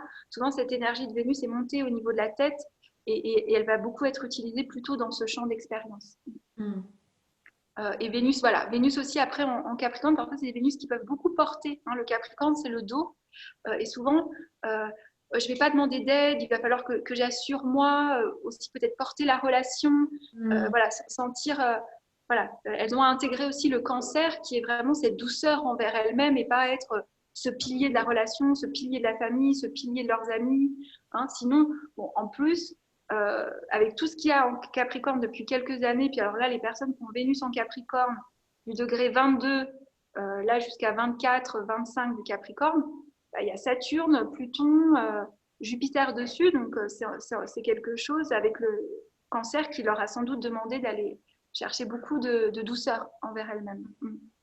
Souvent le défi, puis c'est souvent le Capricorne, c'est aussi un signe où on peut être fidèle à des choses de notre famille ou de nos ancêtres. Mm. Hein. Il peut y avoir aussi des contrats. C'est intéressant de faire du transgénérationnel, je trouve, pour les Vénus en Capricorne, quand il y a un appel ou des difficultés dans se faire plaisir ou aller dans son désir ou dans les relations. Que parfois il y a cette sensation un peu comme Saturne, hein, mais il faut beaucoup d'efforts. Donc, non, non, mais je ne m'autorise pas tant que je ne sais pas, voilà, qui peuvent pas s'autoriser peut-être voilà, à se faire plaisir ou à désirer parce qu'en fait il y a des fidélités. Hein. Ben, l'archétype que j'avais mis pour Vénus en Capricorne, c'est la femme sage. Ouais. Ah oui, C'est ça ça, c'est la aussi. beauté. Mm. Ça, c'est la beauté, c'est vraiment the crown, comme on dit. Ouais. Oui, c'est Mm. cette. Je sais pas, moi, j'avais des amis Vénus en Cap. Je trouve que c'est des piliers qui sont là, en fait. Mm. Ouais. Après, on a le Verseau. Alors, le Verseau, le Verseau, ça, c'est une Vénus qui est très libre, j'allais dire. Enfin, c'est vraiment le besoin de liberté. Il y a souvent cette chose d'originalité, tu vois, d'être très original et d'appartenir qu'à soi-même même dans la manière de vivre sa féminité, je trouve qu'il y a vraiment une manière complètement atypique. Le risque d'une Vénus en Verseau et qui est souvent lié au Verseau, c'est parfois on se déconnecte, on monte au niveau du crâne, tu vois, et on se déconnecte un petit peu du cœur. Hein. Vénus en Verseau, parfois, elle a du mal à reconnaître je sais pas, qu'elle est amoureuse ou elle essaye de rationaliser. Mm. Et après, c'est parfois aussi, ce beaucoup besoin de liberté peut être difficile dans une relation plus classique ou en tout cas, il y a un accord entre les deux personnes qui est plus classique. Oui, et puis le Verseau, il aime aussi de façon inconditionnelle et Ouais, enfin, je trouve que ce qui le caractérise, c'est qu'elle va aimer de façon tellement fluide et vraiment pas comme on a l'habitude, quoi. Enfin, moi qui suis Scorpion, ce côté détaché, hein, oui, je t'aime, mais j'ai pas besoin de te le répéter tous les ouais, jours. On n'a pas besoin d'être H24 ensemble. C'est vraiment ce côté voilà. très, voilà, l'amour s'incarne sans être forcément dans l'attachement et la possessivité, quoi. Ouais. Oui, il y a aussi beaucoup souvent ces amitiés, ces très fortes amitiés alors, c'est pas l'amitié amoureuse du Gémeaux, mais qui a aussi un peu cette similarité. Mm. Et ouais, mais il y a quelque chose, oui, de très avant-gardiste, de très innovant, de très créatif aussi au niveau mental, mais qui va aussi beaucoup penser, j'allais dire, hein, comme tous les relations d'air, mais qui va avoir besoin de détacher, oui, beaucoup de détachement et parfois, hein, c'est justement quand elle sent l'étouffement d'une autre Vénus, plutôt partir, j'allais dire, Mm. assez rapidement. Et après, on finit avec le Poisson. Alors Vénus en Poisson, bah, alors Vénus, on dit qu'elle est exaltée dans le signe du Poisson, hein. Donc il y a quand même un lien avec le Poisson. Bah, c'est une Vénus mystique, romantique, connectée, qui a besoin hypersensible. Alors là aussi, il y a l'octave de l'amour inconditionnel, hein, puisqu'on dit que Neptune, qui est le régent du Poisson, c'est l'octave supérieure de Vénus. Donc il y a vraiment ce moi, des fois, j'aime bien regarder les mèmes un peu, je trouve, sur Instagram, c'est drôle. Et Mm. Vénus en Poisson, elle est souvent représentée comme pleurant dans son bain avec une coupe de champagne. Parce qu'il y a le côté un peu. Alors, ça, c'est l'ombre du poisson, mais le poisson, il a tendance un petit peu à rechercher les paradis artificiels. Après, souvent, hein, le poisson va chercher dans la spiritualité, mais il y a souvent ce côté un peu euh, comme elle est très caméléon dans ses désirs, il y a aussi cette intensité de tout ce qu'elle ressent, qui n'est pas l'intensité du scorpion, mais un petit peu de se perdre ou de se laisser porter, et puis de se laisser embarquer par tous ces sentiments. Moi, j'ai aussi beaucoup d'amis hommes avec Vénus en poisson. Alors eux, ils sont amoureux tout le temps. C'est-à-dire qu'ils tombent toujours amoureux. Au début, je comprenais pas. Après, bon, heureusement qu'ils faisaient de l'astrologie aussi, parce que j'ai compris. Ça, je suis amoureux. T'es amoureux de la fille là-bas qui t'a pas parlé. Et en fait, c'est cet élan d'amour, c'est cette ouverture du cœur devant la beauté Aphrodite. Alors parce que pour eux, c'est leur Vénus en eux, mais devant, on me dit non, mais elle est tellement vénusienne. D'accord. Donc voilà.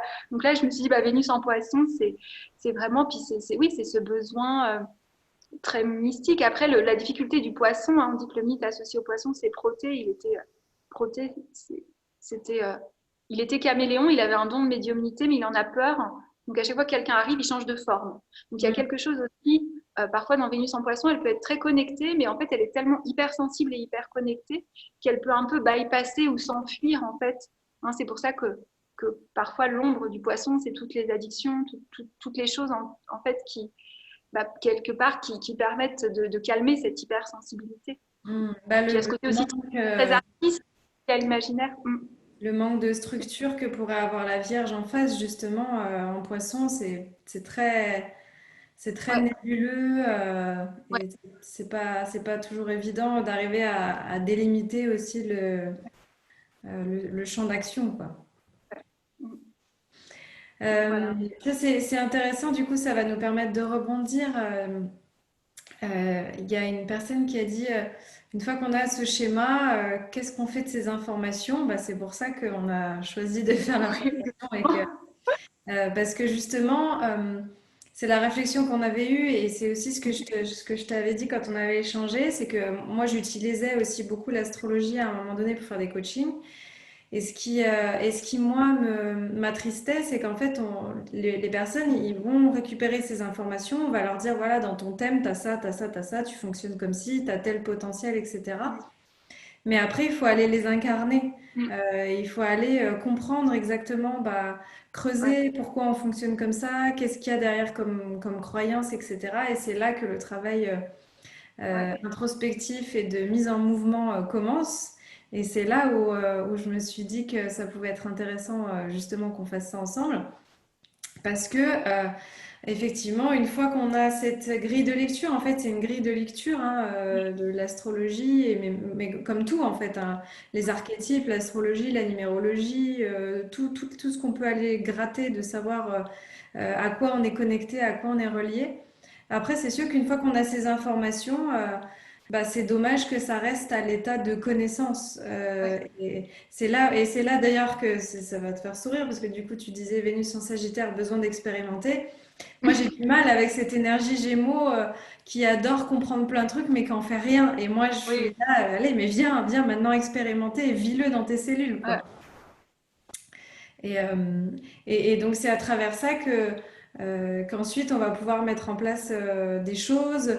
Et une fois qu'on connaît le potentiel de chaque signe, l'ombre de chaque signe, bah, c'est là où ça devient intéressant parce que on peut commencer à mettre en mouvement tout ça dans le concret, dans le quotidien, à travers tout ce qu'on va choisir d'incarner. Après, nous, le programme, ce qu'on a choisi, du coup, ça va être de passer par les constellations, comme tu en as parlé au début.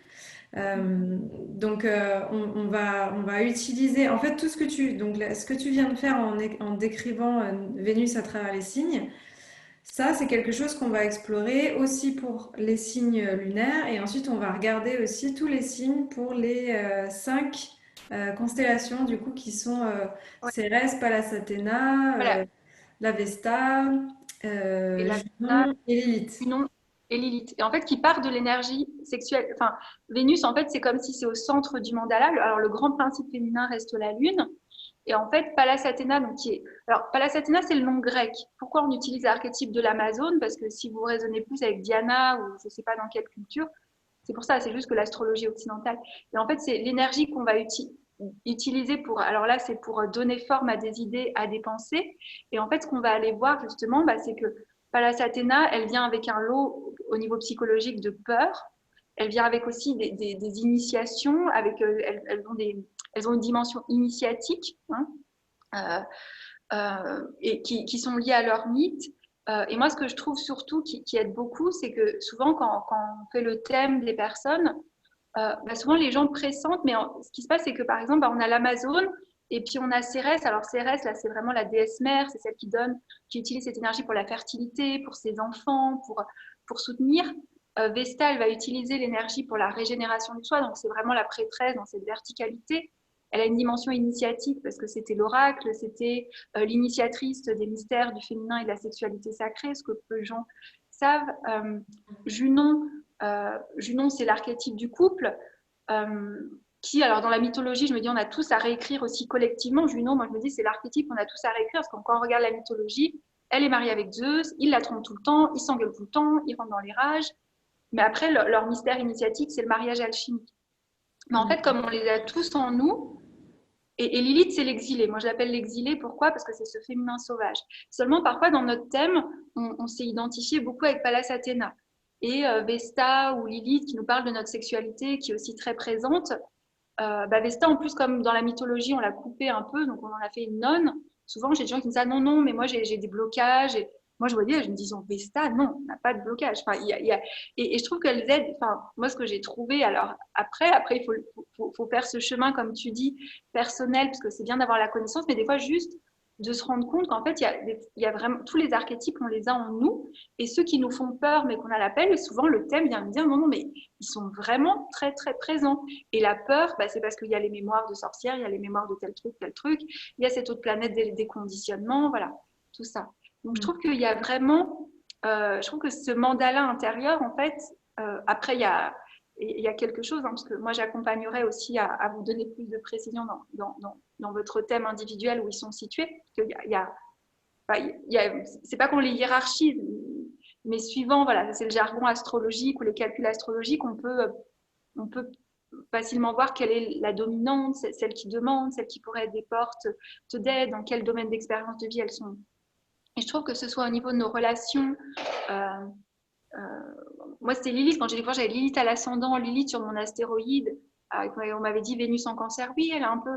Je sais pas, ça m'a empuissancée et je me suis dit, mais c'est bon. Enfin, d'ailleurs, c'était pendant le retour de Lilith l'année dernière. Et je trouve que ça donne une force, comme si je sais pas si ça valide ou ça donne l'autorisation d'être aussi. Et comme on disait, hein, c'était aussi le but de notre.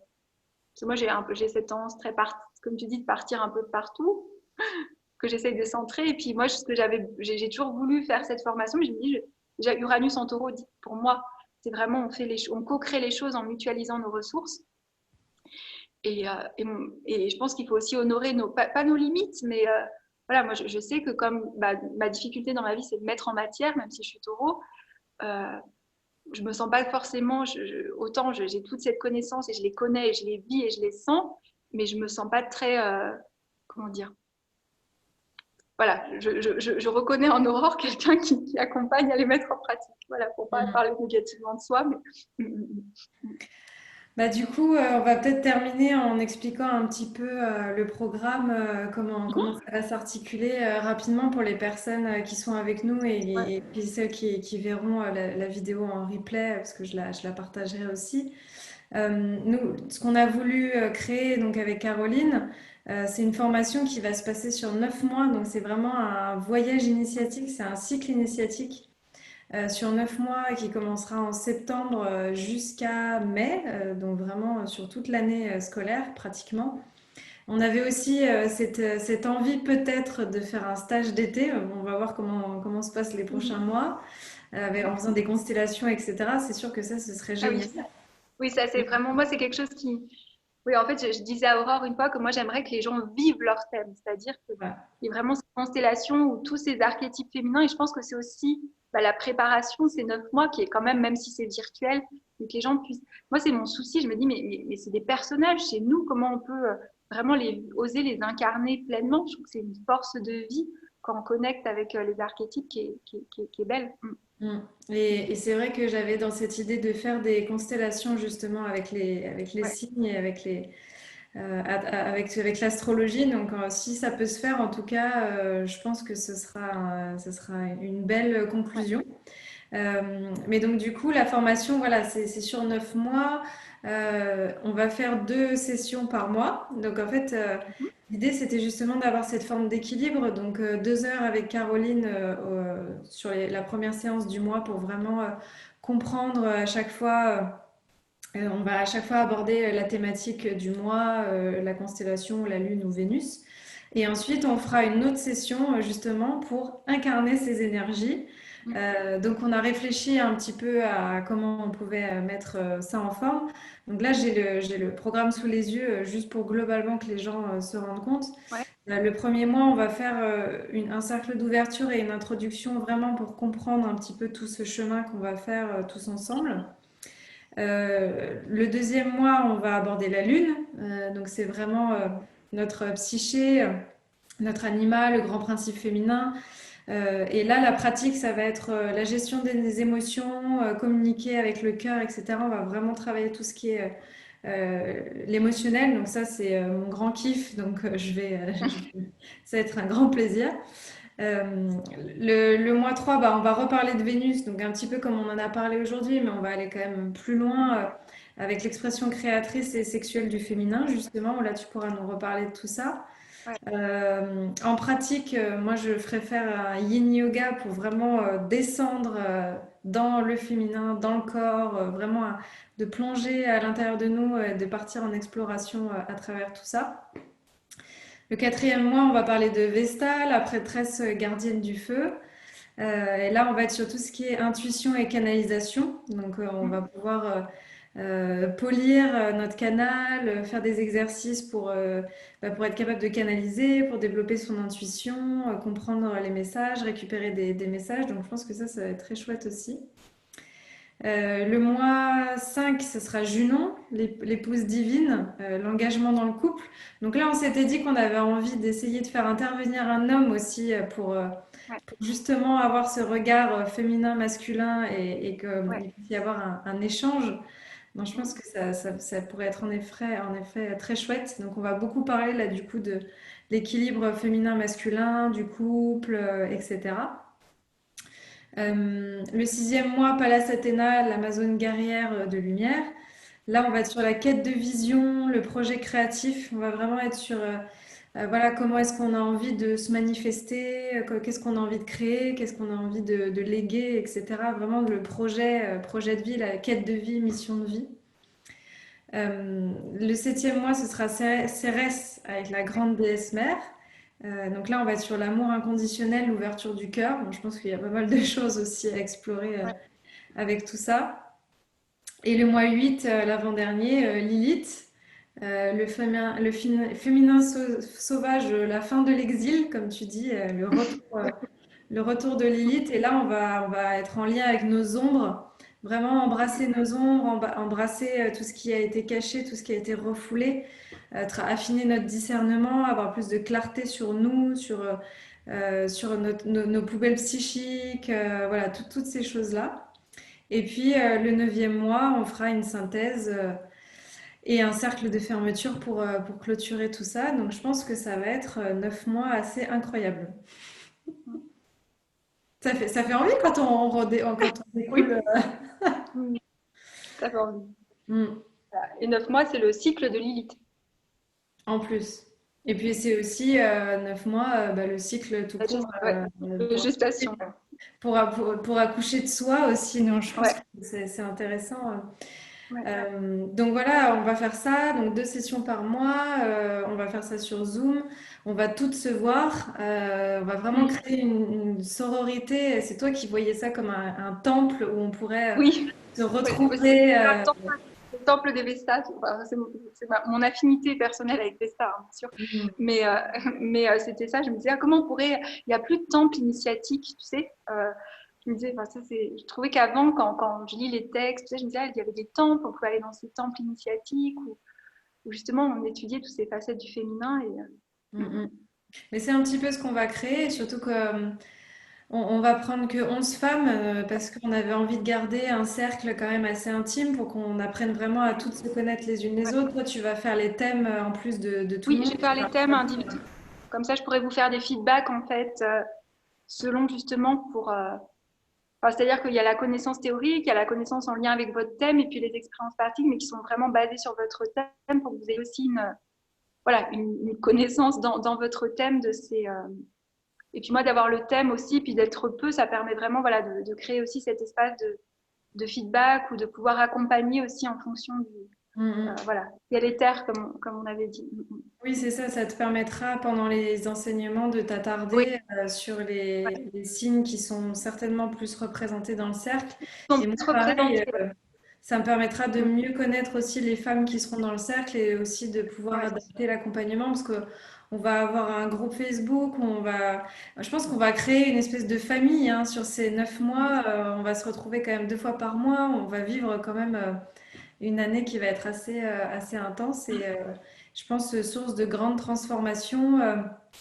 Et voilà, on va être en lien perpétuel à travers le groupe, on va se voir Ouais. évoluer et c'est ça, je pense, qui va être beau et à la fois ce côté compréhension de soi avec tous les enseignements que tu vas pouvoir donner et tout ce qu'on va faire ensuite. Voilà, parce que les pratiques, j'ai donné les grands axes, mais ça peut, comme on disait, être une pratique de yoga, ça peut être des cercles de partage où on va échanger entre nous. Mm, Éventuellement, on peut faire des rituels, on peut se donner des rituels à faire chez soi. Enfin, il peut y avoir plein de choses. Et c'est ça mm. qui va être beau, c'est au-delà de comprendre l'archétype et Ouais. voilà, le fait de savoir que bah, j'ai Lilith en Scorpion. Bon, ok. Et du coup, qu'est-ce que je peux faire par rapport à ça pour venir équilibrer l'énergie à l'intérieur de moi dans mon thème, en Oui. fait.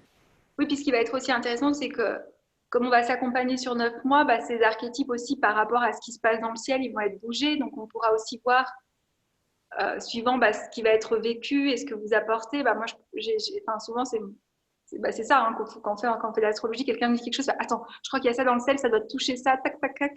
Donc ça va aussi permettre voilà, de comprendre aussi les cycles qui vous habitent. Et ça, c'est des choses qu'on regarde peu, hein, comment ces archétypes, ils reçoivent aussi des transits. Mais voilà, Vesta faisait partie de l'équation de Vénus en Gémeaux actuellement et elle est conjointe au nœud nord. Je crois qu'elle rentre en cancer demain ou dans quelques jours. Donc il y a Mm. aussi, ça, souvent on en parle moins, mais elles ont quand même leur.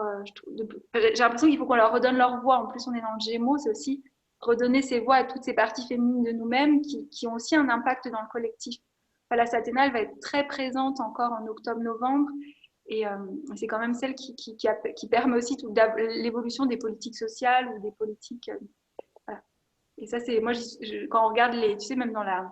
Avant, je me disais, mais c'est fou quand même, les déesses, enfin, les femmes oracles, si elles étaient satisfaites, le roi pouvait régner. Je me suis dit, mais il est temps que.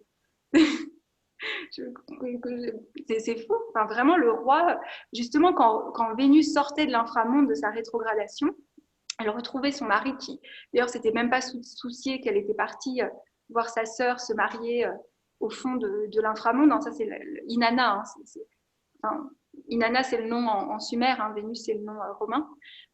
Et en fait, elle n'était pas satisfaite de son mari, donc elle l'éjecte. Bon, c'est peut-être un peu dur dans la mythologie, mais je trouve que ça nous parle à quel point avant, quand même, enfin, tout ce pouvoir, en fait, était vraiment, il y avait cette conscience du cycle, cette conscience du féminin. Même quand on voit dans les légendes du roi Arthur, hein, Arthur, il pouvait avoir son épée parce que c'est les prêtresses d'Avalon qui lui avaient donné.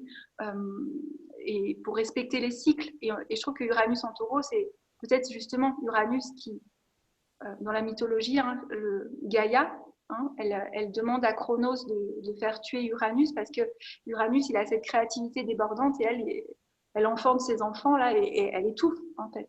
Je me dis bah, peut-être qu'il est temps de réunir aussi ce grand ciel étoilé qui nous permet, Uranus c'est la vision, c'est le monde qu'on veut créer, mais en intégrant cette sagesse des cycles et du féminin. Donc Mm. il y a aussi une beauté, je trouve, enfin, je trouve ça excitant. Je trouve ça Mm. fort.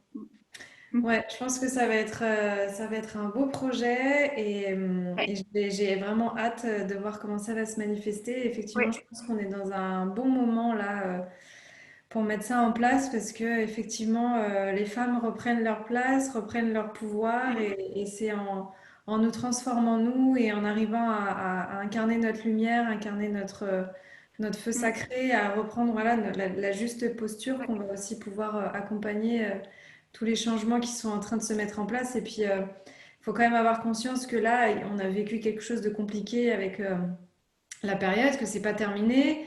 Il y a Mars qui va entrer en bélier là. Ouais, il y a Mars qui rentre en bélier, qui rétrograde en bélier et surtout qui fait beaucoup, beaucoup d'aspects. Donc, il peut y avoir beaucoup, ben, on le voit déjà, hein. Mars en bélier, il est quand même un peu belliqueux, quoi. Enfin, c'est l'inflammation, c'est le feu, c'est l'envie de mettre tout de suite en place, de faire.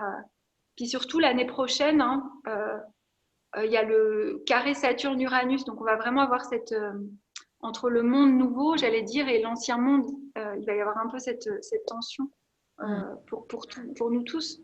Donc, voilà. D'où Après, voilà, ça ne veut pas du tout dire que ça va être peut-être comme enfin, Pluton, Saturne, tout ça, ce qu'on a vécu là en janvier ou qui est encore. Non, mais Voilà. ça va encore bien bouger. Et je pense que là, on est vraiment dans une période où il faut s'engager envers nous-mêmes et plus on se Ouais, connaît et plus on travaille sur nous et plus on est aligné et plus on est en mesure de ouais, traverser tout ça avec plus de justesse et de fluidité. Et puis de trouver aussi une forme de joie et de sérénité malgré le chaos, quoi. ah, exactement. Bon, bah écoutez, de toute façon, ce qu'on va faire, c'est que, enfin, moi déjà là, j'ai mis sur le site la page de présentation. Je mettrai, j'enverrai donc le lien aux personnes qui s'étaient inscrites à la conférence. Je la mettrai aussi en barre sur YouTube, en barre dans les informations pour les personnes qui sont intéressées. Si jamais vous avez des questions, n'hésitez pas à venir nous en Oui, parler. Caroline, toi c'est Caroline Moy. ouais, Euh, donc ton compte Instagram c'est Caroline Moy Astro. ouais, je crois. Oui, oui, c'est ça. Ouais. Et Et, sur Facebook, c'est la même chose? c'est un an, je crois pas. Ça fait Non. tellement longtemps que je l'ai fait. C'est Intuitive Astrology, je crois. Ah oui, voilà. Peut-être que je change. Ouais. Donc si jamais vous voulez retrouver Caro, elle est sur ces réseaux-là. Vous pouvez aussi passer par les miens. Vous allez Ouais. retrouver les Oui, infos. ou sur mon site aussi par mail. Ouais, Ouais. Ton site c'est carolinemoy.com? ouais, c'est ça. Ouais. Voilà. Caroline Moy. Moy, c'est Moy. Ouais. Voilà. Et puis si vous avez, si vous êtes appelé et si ça résonne, tout ce dont on vient de vous parler, ben, n'hésitez pas à aller regarder les informations. Comme on vous a dit, on va prendre que 11 personnes.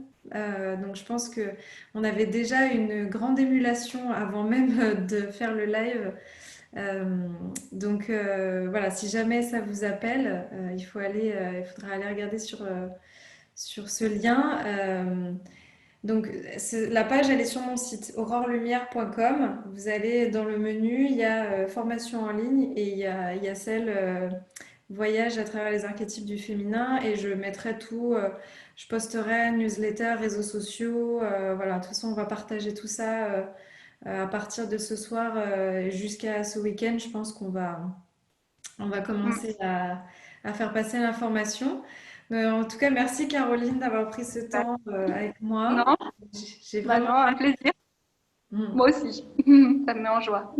j'ai hâte qu'on fasse ça. Je pense que ça va être un très très beau cycle Ouais. initiatique de transformation. Et puis peut-être qu'on refera un petit live ou un Oui, petit truc dans les prochaines ouais. semaines pour reparler un petit peu de tout ça. Merci pour les personnes qui étaient là. Je sais qu'il y en a qui sont venus, à mon avis, qui savaient que ce serait en replay et qui du coup regarderont peut-être à un autre moment. Mais en tout cas, voilà, c'était un plaisir de pouvoir faire ça avec toi. Et puis Ah, on d'accord. se retrouve très vite. Et puis on vous embrasse tous, toutes les personnes Ouais. qui auront regardé cette vidéo. Passe une belle soirée Merci, toi aussi. Bye. à tout le monde.